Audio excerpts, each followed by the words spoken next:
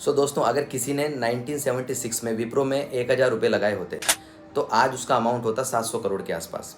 तो मेरा सवाल आपसे ये है कि क्या आप किसी ऐसे व्यक्ति को जानते हैं जिसने 1976 में 1000 रुपये विप्रो में लगाए हों और आज वो 700 करोड़ का मालिक हो?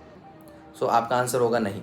उसका रीज़न ये है कि अगर वो अमाउंट 700 करोड़ तो क्या 7 लाख भी अगर बन जाता तो वो पैसा आदमी निकाल लेता। पॉइंट इज़ कि कोई ऐसा सिस्टम है या कोई ऐसा सिस्टम बनाया जा सकता है जिसके थ्रू हम भी ऐसा कंपाउंड रिटर्न प्राप्त कर सकते हैं। तो आज मैं आपके सामने ऐसा तरीका रिवील करूँगा जो मैं खुद भी फॉलो करता हूँ।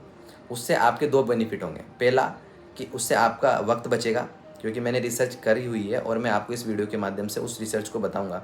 दूसरा, आपका पैसा बनेगा, क्योंकि आपको उससे डेफिनेटली प्रॉफिट ही मिलेगा। तो इस वीडियो को एंड तक जरूर देखना, मैं बहुत ही कमाल की इन्फॉर्मेशन आज आपको देने वाला हूँ। Welcome to Fintech Wisdom, my self. Abhishek भी हम स्टॉक मार्केट की बात करते हैं तो हमारे दिमाग में आता है ओनली शेयर्स।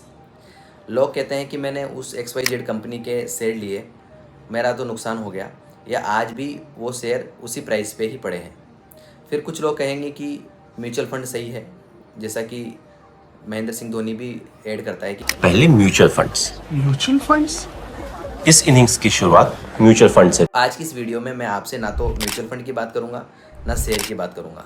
मैं इन सबसे अच्छा जो इन्वेस्टमेंट मानता हूं वो है ETF। ETF is nothing but the exchange traded fund.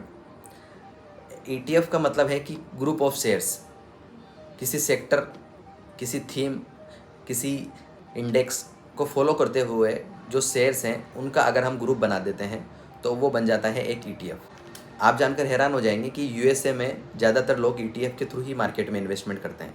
तो जो माइंडसेट USA में डेवलप हो चुका है वो इंडिया में अभी होना बाकी है। तो अब हम पॉइंट टू पॉइंट एक एक चीज़ को समझते हैं। तो सिंपल आपको लिखना है गूगल पे निफ्टी इंडाइसेस, और niftyindices.com पे क्लिक करो। तो निफ्टी इंडाइसेस पे आप जैसे जाएंगे तो टोटल 4 इंडाइसेस हैं इंडियन मार्केट में। पहला है ब्रॉड बेस्ड इंडाइसिस, दूसरा है सेक्टर इंडाइसिस, थर्ड है थीमेटिक इंडाइसिस और फोर्थ है स्ट्रेटेजी इंडाइसिस। तो हम एक एक करके देखते हैं। सबसे पहले है ब्रॉड बेस्ड इंडाइसिस। जैसे आप इस पर क्लिक करेंगे तो इसमें आपको दिखेंगे निफ्टी 50, निफ्टी नेक्स्ट 50। निफ्टी 50 का मतलब है जो टॉप इंडिया की जो टॉप कंपनीज़ हैं जिनका मार्केट कैपिटलाइजेशन सबसे ज़्यादा है, वो टॉप 50 कंपनीज़ निफ्टी 50 में आएगी। निफ्टी नेक्स्ट 50 में आएगी जिनका मार्केट कैपिटलाइजेशन 50 कंपनीज़ के बाद का है। तो ये जो है ये ब्रॉड इंडाइसिस में आएंगे। दूसरा इंडाइसिस है सेक्टरल इंडाइसिस। तो जो सेक्टर इंडाइसिस है उसमें उसमें आएगी Nifty auto, Nifty bank, Nifty chemicals, Nifty financial services. तो जितनी भी सेक्टर्स हैं इंडिया में वो सेक्टर्स का भी एक ETF बनाया हुआ है, उनका भी एक इंडाइसिस बनाया हुआ है, वो सब इस सेक्टरल इंडाइसिस में आएगा। उसके बाद है थीमेटिक इंडाइसिस, उसमें आएगा Nifty IPO, Nifty mid cap, Nifty mobility. तो ये सब जो है ये थीमेटिक इंडाइसिस में आएंगे। सबसे जो लास्ट वाला है वो है स्ट्रेटेजी इंडाइसिस, उसमें आएगा निफ्टी 200 मोमेंटम 30।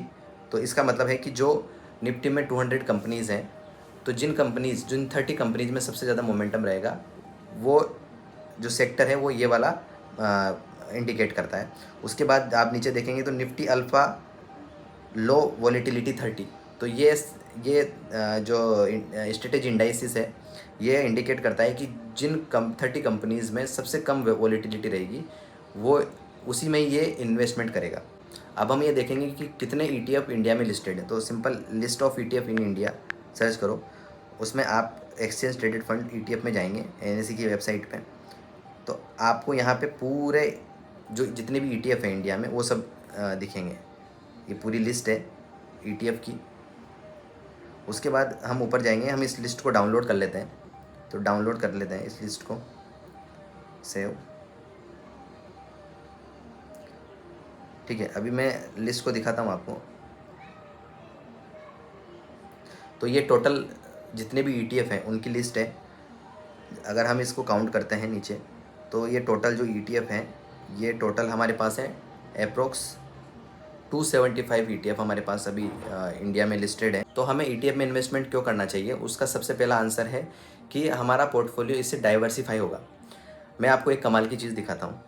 आप सिंपल इसमें जाइए, इसमें निफ्टी 50 में जाएंगे और इसका 1 साल का रिटर्न देखेंगे तो वो है नेगेटिव में 0.35%। अब आप इसमें डालिए एक ETF, that is the FANG FANG ETF। तो मीरा एसेट का एक ETF है जिसका अगर आप 1 साल का रिटर्न देखेंगे वो है 80%। मतलब निफ्टी 50 ने हमें लास्ट के 1 साल में नेगेटिव में रिटर्न दिया, इस ETF ने हमें 80% प्लस में रिटर्न दिया। तो इस ETF के थ्रू हम हमारे पोर्टफोलियो को डाइवर्सिफाई कर सकते हैं। दूसरा एक और ETF मैं आपको दिखाता हूँ, फेंग मेरा एसेट हैंग सेंग एक ETF है, इसका 1 साल का रिटर्न है वो है 114% का। ये मेरा एसेट का जो हैंग सेंग टेक ETF है, ये हांगकांग की जो टेक कंपनीज़ हैं उनका ETF है। तो डायरेक्ट आप इंडियन मार्केट में रहते हुए भी बाहर के मार्केट में इन्वेस्टमेंट कर सकते हैं। तो ETF का ये सबसे बड़ा बेनिफिट है। दूसरा इसका सबसे बड़ा बेनिफिट ये है कि आपको किसी एक स्टॉक पे बेट नहीं लगाना है। आपको लगता है कि ये पर्टिकुलर सेक्टर आगे जाने वाला है, तो उस सेक्टर में किसी शेयर पे आपको बेट नहीं लगाना है। आप डायरेक्ट ETF के थ्रू उस पूरे सेक्टर में इन्वेस्टमेंट कर सकते हो। आपको सिंपल क्या करना है, उस सेक्टर का एक ETF लेना है। मैं आपको एक एग्जांपल दिखाता हूँ। आप इसमें डालिए एस बैंक, तो आप देखेंगे कि एस बैंक ने मैक्सिमम ये 2006 से स्टार्ट हुआ, 17 रुपये के आसपास इसका शेयर प्राइस था, और आज आप देखेंगे 25 में सितंबर 25 में इसका जो प्राइस है वो 20 रुपये चल रहा है। अगर इसमें आपने इन्वेस्टमेंट किया होता तो 2006 से लेकर 2025 तक आपको बहुत कम रिटर्न मिलता। उसके जगह आप बैंक 20 में देखिए, बैंक 20 एक बैंक का ETF है, इसमें मैक्सिमम आप रिटर्न देखेंगे तो वो 202% का रिटर्न है।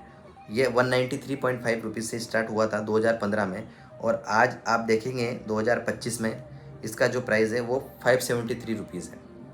तो ये इसका एक बेनिफिट और है कि ETF के थ्रू आपको डायरेक्ट सेक्टर में इन्वेस्टमेंट करने को मिलता है। दूसरा बेनिफिट ये है कि आप निफ्टी 50 का जो अभी प्राइस चल रहा है वो 25,000 के प्लस चल रहा है। मैं आपको एक चीज़ दिखाता हूँ। आप इसमें सिंपल डालिए निफ्टी 50 इंडेक्स, जैसे आप इस पर क्लिक करेंगे तो ये अप्रोक्स है अभी 25,353 के आसपास। तो अगर आपको निफ्टी 50 इंडेक्स का एक यूनिट भी लेना है तो आपको 25,000 रुपये इन्वेस्ट करने पड़ेंगे, जो कि काफ़ी मुश्किल है। तो उसके बदले में आप क्या करें, सिंपल एक ETF है जो निफ्टी 50 इंडेक्स को फॉलो करता है। तो आप जैसे निफ्टी 50 ETF पे क्लिक करेंगे तो मेरा एसेट का एक ETF है निफ्टी 50, उसकी जो यूनिट प्राइस है वो है मात्र 272 रुपये, और उसका रिटर्न है पिछले 5 साल का वो है 137% का रिटर्न है, जो कि काफ़ी ज़्यादा है। अब मैं आपको एक ऑटोमोबाइल कंपनी का भी ETF दिखाता हूँ। आप सिंपल मारुति डालिए, मारुति सुजुकी का जो शेयर प्राइस है अभी वो चल रहा है 15,864 के आसपास। इसका 5 साल का रिटर्न है 139%। अब आपको नहीं पता कि मारुति सुजुकी का शेयर बढ़ेगा या घटेगा। आप सिंपल क्या करो, सिंपल ऑटो 20 करके एक ETF है ऑटोमोबाइल का, सिंपल निप्पॉन इंडिया ऑटो 20 पे आप क्लिक करो तो आप देखेंगे कि 5 साल का इसका जो रिटर्न है वो है 142%। और इस ETF के थ्रू आप जितनी भी ऑटोमोबाइल की कंपनीज़ हैं उसमें बराबर, या जो फंड मैनेजर है उसके अकॉर्डिंग इन्वेस्टमेंट करते हैं। आपको सिंपल ये दिमाग नहीं लगाना है कि कौन सा ऑटोमोबाइल्स जो कंपनी है वो बढ़ेगा, कौन सा कम होगा। आपको simple Nippon India Nifty auto ETF जो है उसमें इन्वेस्टमेंट करना है।